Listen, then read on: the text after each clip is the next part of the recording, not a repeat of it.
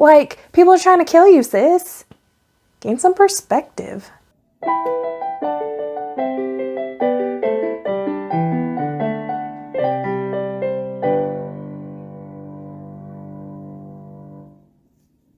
Hello, y'all. Welcome back to Case Can Probably Read.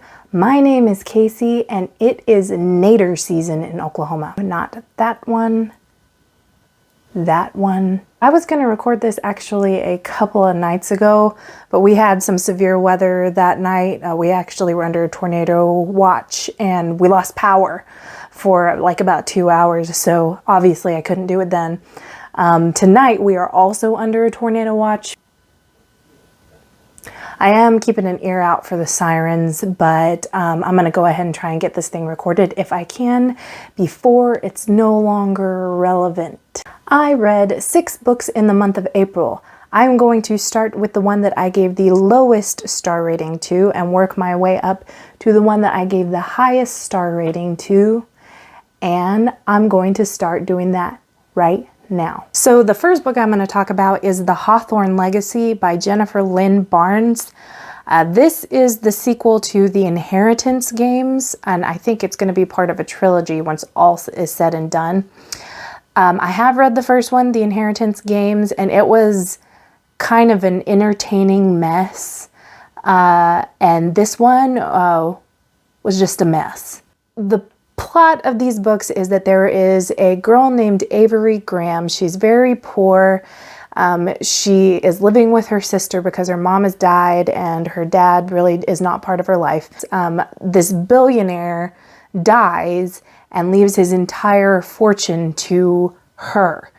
So she has to move to Texas to claim this fortune, and part of the stipulations is that she has to live in the deceased billionaire's house for an entire year with his family, who was essentially disinherited. The first book is just her kind of meeting all these people. Apparently he's got 4 hot grandsons that live in this house with her. She's getting to know these grandsons, and there's attempts on her life. People are trying to kill her. So that was the first book. Second book is really just same song, second verse. There's more puzzle solving. There's more like family mystery happening. And we get an entire book of Avery actively thirsting over 2 of the brothers. When I started the book, I began highlighting every instance in which Avery has a thought about one of these brothers, in which she is talking about how awesome they are, how they make her heart go aflutter. And I had to stop before we got out of the first chapter because almost the entire thing was highlighted. And it's just ridiculous. It's too much. These brothers really aren't even that cool, other than I guess they're hot and kind of smart.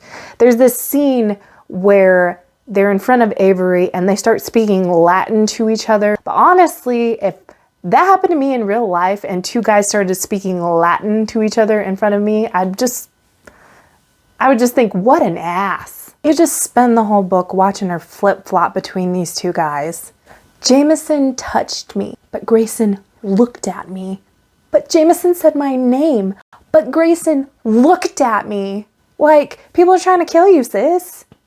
Gain some perspective. Some of the reveals and things that happened, the misdirection was just messy, and there was really no emotional connection to any of the stuff that was happening.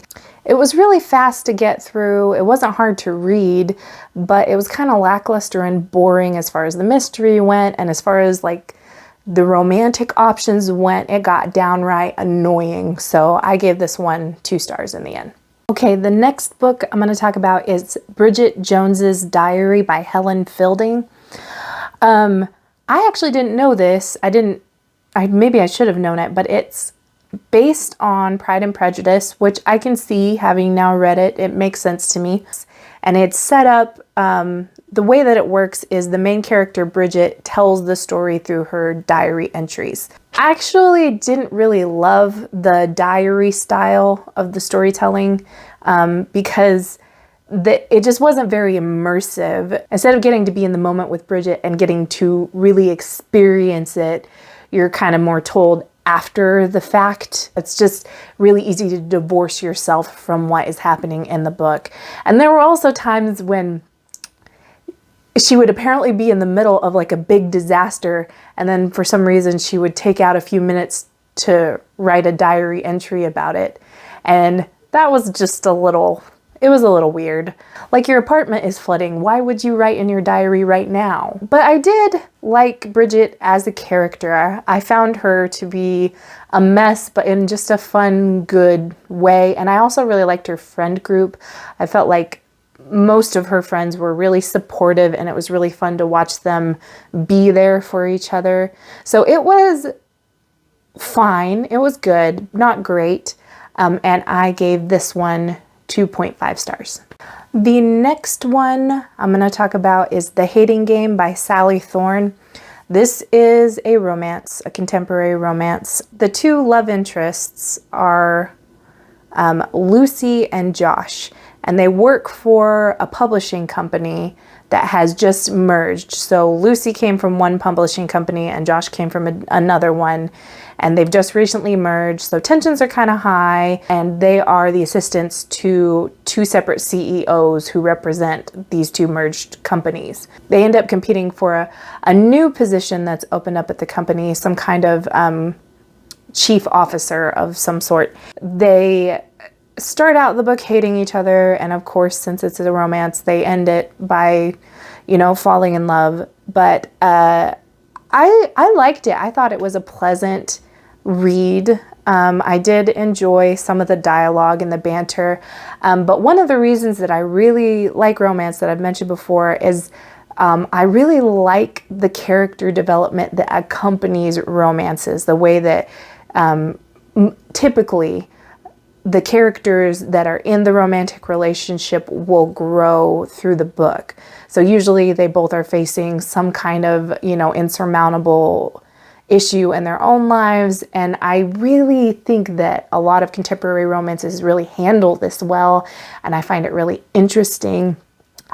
This one had some, but it just wasn't as pronounced as other ones that I've read that I enjoyed more. I read the book, I think I read it in a couple of days, and then immediately after I finished reading it, I watched the movie, and both were pleasant. Like I said, I enjoyed them. I didn't love the ending. I felt like the ending was really kind of lackluster for a romance. Usually they're a little bit more, undying profession, big gesture kind of a thing. And these just kind of fizzled out, it felt like, at the end. It was fine though, and I rated it 3 stars. Okay, my next book is You Are Your Own, A Reckoning with the Religious Trauma of Evangelical Christianity, and it is by Jamie Lee Finch. I think that Jamie Lee Finch she specializes in like trauma counseling for people that are experiencing religious trauma from their past. I first heard of this book from another channel that I watch, which is Ex-Fundy Diaries. The channel host had mentioned it in one of her video essays. It was a good book. I can definitely see how it would be helpful or useful for people who are exiting evangelicalism. However, I'm not really certain why. It could have been because my experience with evangelicalism wasn't quite like hers, or maybe I just wasn't ready to read this yet, but I just had a hard time emotionally connecting with the content of this book. I did find the discussion of trauma just in general interesting, but I didn't connect so much with the discussion of religious trauma that she was talking about. I have no doubt that there are people who definitely would.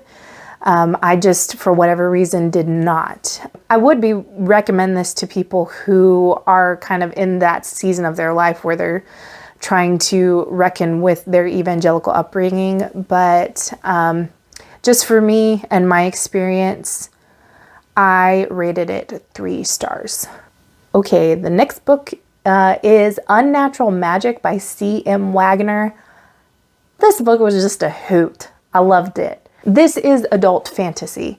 It mostly told the story from the perspective of 3 different characters. The first one, her name was Anna, and she is a young woman who has studied magic in a country where, and in a town where girls don't typically do that. And so she's gotten all this training. She's very, very good at what she does. And she goes to take the exam to be admitted into the university, the magic university in her country. And she is denied. And it's pretty obvious that this happens because, you know, she is a girl, and girls have never been admitted to this particular academy. So she ends up leaving and going to a different country to see if she can gain admittance to their higher learning institution. And there's another character named Sira who is actually a troll. Her mom is a clan leader, but Sira herself is kind of an outcast because she's actually part human. And so she's smaller than the other trolls. She just doesn't really fit in. And so we see a lot of the beginning of the story from her perspective. And then she meets our third point of view character, whose name is Jekrin. And he is a soldier that Sira finds in the snow, just badly injured, and she nurses him back to health. And they form a really close bond. And then somebody tries to kill Sira, and this is kind of what brings the whole story together. So someone in these countries is attacking and murdering trolls, and this kind of draws these 3 characters together throughout the story, Anna, Sira, and Jekrin, as they try to figure out who is killing trolls and why they're killing trolls. There's some magical politics going on. And I just really enjoyed this book. It was just my type of fantasy. I liked the world building because even though you had Anna's experience of not really getting admitted to a higher learning institution because she's a woman, there was also just a lot of cultures in this world where gender norms were just a lot more, even and fluid. There were different expectations. I really liked the way the book handled it. It didn't make a big deal about this. It was just built into the world. And I found that really refreshing and interesting. The dialogue was just on point for humor and wit. It was just a really enjoyable read. This is the first book in a duology. There's another one that follows after this, and I cannot wait to read that because I loved this one so much. Hopefully it doesn't do me like the Inheritance games. Just saying. I rated this one 4.5 stars. Okay, and then the last book I'm going to talk about is How to Keep House While Drowning by Casey Davis. Okay, so this book I heard about from Books Like Whoa. Mara used it in kind of a video essay she did about laziness and whether work is moral. And she used this book as one of her kind of sources. So what this book is about, the author Casey Davis, what prompted the book was that she had given birth during the pandemic, and she had a plan for keeping her home clean, but because of just the extreme stress of delivering a baby in a pandemic and being completely isolated and secluded and experiencing postpartum depression, that it was just really difficult to maintain her home, which sounds like such a small thing, but anybody that has been through something like that, you know just how big of a weight that is. And she's also a licensed counselor, so she goes through, it's a very short book, and kind of explains what care chores are.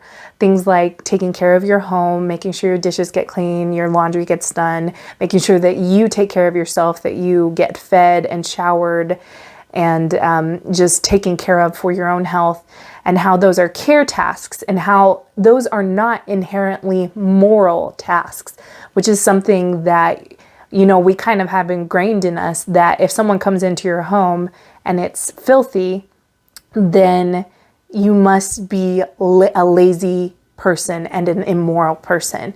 It's hard to flush yourself of that expectation. So it's a very short read. Not only does she explain those things, but she also kind of gives practical tips for how to tackle some of these tasks when you feel like you just cannot, when you feel like you do not have the physical or the emotional capacity to care for your home or to care for yourself. And this book, I connected emotionally with this one in the way that I thought I was going to connect with You Are Your Own. See, a couple of years ago, it was before the pandemic, I did go through a season in my life where I just hit some really weird health issues. They're mostly resolved now, but at the time it was very scary. We didn't know what was wrong. And I went through months where it was so difficult to just take care of my home and to take care of myself. And there were times when I couldn't take care of myself because of the health issues that I was going through. And I remembered how it felt to feel like you were failing because you couldn't keep up your house. You know, at the time we were still in ministry, and it felt like a moral failure. I would have killed to have read this book at that time. I deeply connected with it. I loved the way that the author even put the book together. At the very beginning, she puts just a little information paragraph that lets you know that she's made it as easy to read for neurodivergent people as possible. Everything from the font to the way the book is put together to the way how long the chapters are. It's built to make it easy for you to read. She even put a little guide through there so that you could skip chapters and just get like the very bare bones main idea of the book. And I really appreciated that. I thought that was a very nice move.